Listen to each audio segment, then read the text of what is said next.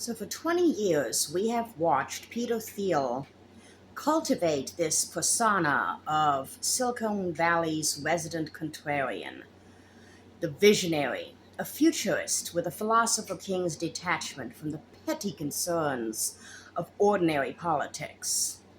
But the mythology obscures a far more consequential reality, shall we say. Thiel has spent those same 2 decades assembling a private power center that fuses surveillance technology, political money, and ideological provocation into a single coherent project. His story is not simply about a billionaire with strong opinions. It is about how one individual, armed with vast capital and a preference for operating in the shadows, can bend public institutions, media ecosystems, and democratic norms to his will.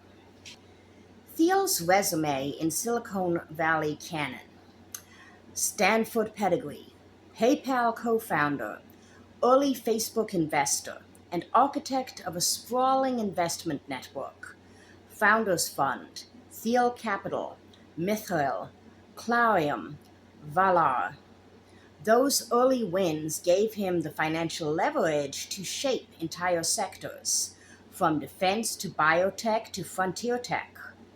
But his most consequential creation is Palantir, the data fusion company whose software now undergirds major U.S. intelligence, law enforcement, and immigration systems. Palantir's rise has not been benign. Civil liberties advocates have long warned that its tools enable mass surveillance, opaque algorithmic decision making, and targeted deportation operations. These are not hypothetical concerns. Public reporting has documented multi-million dollar contracts with agencies such as ICE, sparking protests and raising the uncomfortable question of whether the public ever consented to the surveillance infrastructure quietly being built in its name. Thiel's influence, however, extends well beyond the technologies that he funds. His most notorious intervention came when he secretly bankrolled the lawsuit that bankrupted Gawker. Only after the $140 million judgment did he reveal his involvement. Critics saw it for what it was: a billionaire using the courts to eliminate a media outlet that he disliked. It was a demonstration of power that required no public debate, no regulatory oversight, and no accountability. A private actor deciding which press institutions deserve to exist. His political spending follows the same pattern: large, targeted, and often rooted through nonprofits that obscure the full picture.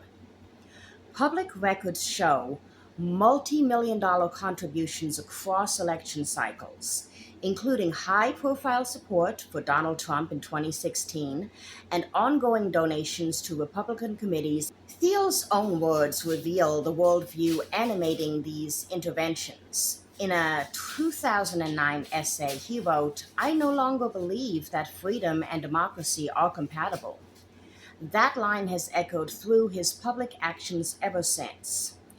His praise of monopoly power, saying competition is for losers, and his insistence that technological stagnation justifies radical disruption from a philosophy in which concentrated power is not a danger but a remedy.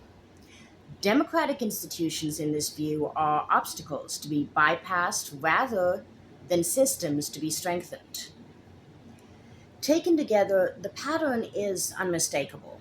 Through Palantir, Thiel shapes the architecture of state surveillance. Through litigation funding, he demonstrated the ability to erase a media outlet. Through political donations and nonprofit routing, he exerts pressure on policy and public discourse. Through his rhetoric, he signals a deep skepticism of democratic governance itself. None of this is hidden. All of this is documented. The question is whether we are willing to confront what it means when a single billionaire can operate simultaneously as a defense contractor, political financier, media antagonist, and ideological provocateur, largely outside of public view. Thiel's story is not just one about one man's power. It is about the vacuum that allowed him to accumulate it.